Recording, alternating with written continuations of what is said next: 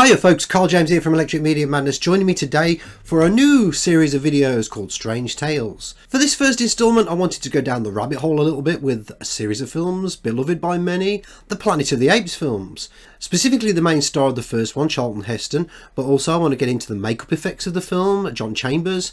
I also want to have a look briefly at Rod Serling, who was credited as writing the screenplay for the film. There's been many iterations of the Planet of the Apes. There's 5 films in the original series, there was a television series, there was an animated series.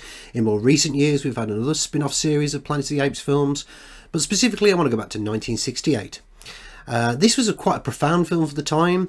It was based on a book by Pierre Boulez. Like many films from that late 60s era, like Kubrick's 2001: A Space Odyssey, the film had quite a profound social commentary to it, where it addressed these ideas of what it would be like if human beings were an underclass in society, imprisoned in cage, enslaved, all that kind of thing, tortured, experimented on. And this was riffing on this idea of experimentation on simians as well. One of the most arresting and memorable scenes of the film is the climax, where we see Charlton Heston on the beach and he cries out, he sees the Statue of Liberty there and he realises what humanity has done to itself. So it was a great social commentary, and I'm not entirely surprised that we got that from this film with the involvement of Rod Serling. But what's interesting to me is how a film so profound, with its social commentary and talking about these ideas of things that go on in society, had so many connections to agencies like the CIA and the US military. And of course we have documented evidence that Rod Serling was being watched basically by agencies like the CIA and the FBI because of his politics, because a little bit like Gene Roddenberry was doing with Star Trek, where he's putting this social commentary into science fiction, thinking it was easier to get away with and that kind of thing, putting it out into the public domain. So it's interesting that this film has so many connections to the proverbial powers that be that exist in the world. So John Chambers was an American makeup artist. He was also a prosthetics makeup artist, expert actually, in both film and television. And one of the things that I found out quite recently, which I wasn't aware of, is he was actually responsible for creating Mr. Spock's ears in the original Star Trek series. He also worked on the pilot episode of Mission Impossible. He's got a very memorable career, but what's interesting about him, and certainly something that not many people know about, is that during the, in the official version of history, that during the 1970s, now bear in mind this was the 1970s that the Planet of the Apes film series were and the television series, they were all made within this time period. John Chambers was involved with the makeup on all of these, on these films and the TV show, that kind of thing. But so official documentation is that John Chambers during the early 1970s was a contractor for the CIA, and he was creating these design kits for the CIA that personnel use when they were stationed in other countries around the world. The official enlistment of John Chambers, if you go with a mainstream record on this one, was during 1980, and he was enlisted by Tony Mendez to work on the Canadian caper. So make of this what you will, but let's go to one of the official sources for this one and read out the official. So this is the rescue of 6 American embassy personnel who hid at the residence of the Canadian ambassador during the Iran hostage crisis. And Chambers set up a fake movie and production company which was known as Studio 6 Productions, and this basically was a cover for the work of the CIA.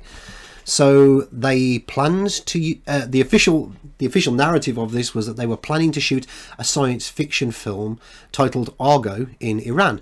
And some of you might recognize the name Argo because there was the film Argo, which was loosely, I shall say, based upon John Chambers and the Iran crisis, the hostage rescue, etc., etc. But this production company, to make it believable, it was based in the offices, Michael Douglas's specifically, during the China Syndrome. I've always had some questions about Michael Douglas and his connections to Sundance and all that kind of thing, but that's a subject for another video. Chambers and Tony Mendez printed like official business cards for the company. They took out advertisements in Hollywood Reporter, a lot of other magazines as well. And the fellow makeup artist Robert Seidel and his wife Andy assisted in the hoax. Andy posed as a receptionist at their fake production company. But what I want to do is go into some of the lesser talked about interesting information about this. And there is a source on this one which is an excellent book that people might want to check out. It's called The CIA in Hollywood, How the Agency Shaped Films and Televisions, and the book is authored by Tricia Jenkins. So she documents all of this, Studio 6 in the book, Studio 6 Productions, and she says out and out it was a front for CIA operations, not just specifically this thing that was going on in Iran, but a lot of other things that were going on. And she actually said in the book, quote, "The fake production company was so convincing that it had acquired 28 scripts from scriptwriters during the time it was open, including submissions from Steven Spielberg and George Lucas." So his work as a consultant for the CIA's disguise unit shared pioneering techniques with the film company, between the film industry and the CIA itself, ended up earning him an Intelligence Medal of Merit by the CIA. And a lot of the work that he did, naturally because of the nature of what he was doing, it was secret, it was classified secret. Most of the information about this was not declassified until about 1997, I think it was, something like that. Obviously we had the 2012 film Argo, which I mentioned before, which was loosely based on that, but this is a lot of information that begs these questions. I've talked about this in the research that I've done. Specifically, I put it out there in my book Science Fiction: The Hidden Global Agenda. In my books, actually, it's 1 and 2, working on a volume 3 at the moment. And it's this idea of you have people involved with films. A very good example of this is J.J. Abrams, which I will get to in another video. You have these people involved with the production of films and television, and they have connections to the United Nations, DARPA, you name it, CIA, FBI, the US military.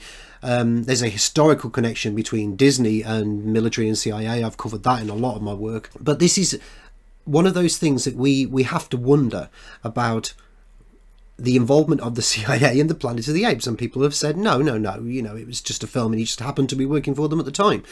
But let's jump now to Charlton Heston.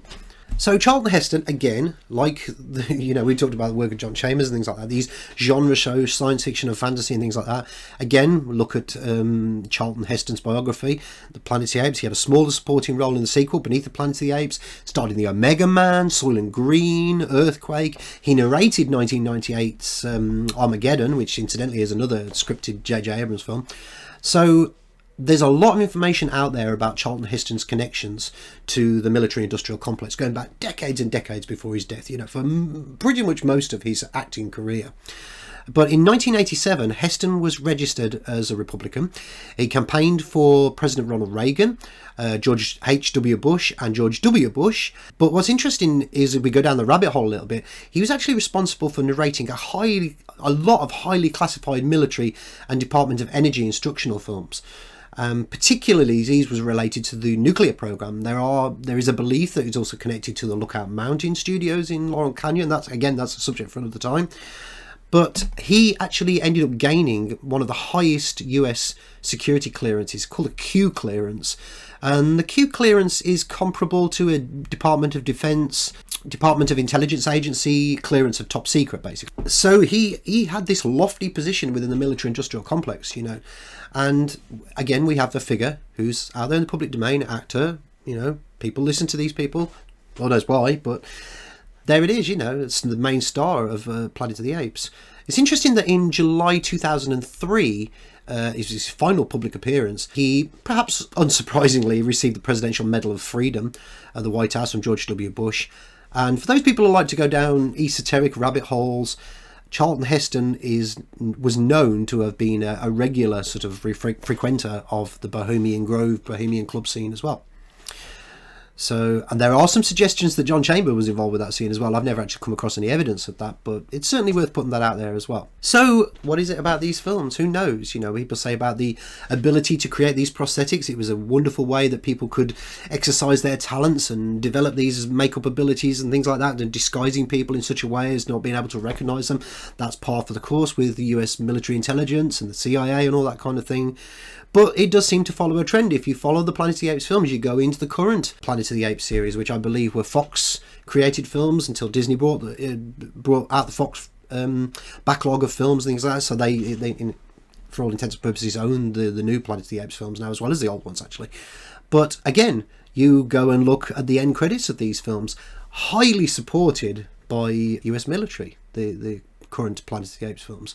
And I believe there is, at time of recording this video, there is another Planet of the Apes film on the way, and I've been reliably informed that military involvement in the production of that film as well. So make of it what you think. It's one of those. It's a little interesting tale. I do find it fascinating that these agencies, these alphabet letter agencies and military industrial complex outfits, involve themselves with Planet of the Apes. One of the other little rabbit holes worth going down, I'm not going to get into it too much in this video, is to check out the eugenics subject. It's interesting to look into people like Aldous Huxley's connections with his family and things like that, the whole Darwin stuff, Scopes monkey trials and all that kind of thing. You know, it's fascinating where there's a lot of rabbit holes to go down with all this, monkey holes I should say. But if you check out this book here, it's Science Fiction Secrets by Nick Redfern. I don't always agree with everything that he puts out there, but it's a fascinating read. And there is a chapter in here called Planet of the Ape Men, and it's on page 28, starts on page 28, and it gets into the top secret files that were generated in Russia way back, about 100 years from now, where Russia were trying to create this, as they quoted it, a living war machine. They were experimented with human monkey DNA. They wanted to create monkey soldiers, and you have to wonder all these strange connections. But it's worth looking at. Interesting subject, and so I thought it might make an interesting video to put out there. So I hope you like this video. If you do, please like, share, subscribe. If you're interested in my alternative knowledge research, don't forget to check out my books. They're available on Amazon in paperback and ebook format. The links are available in the description to this video. Thanks again for watching, and I'll see you again very soon. Bye for now.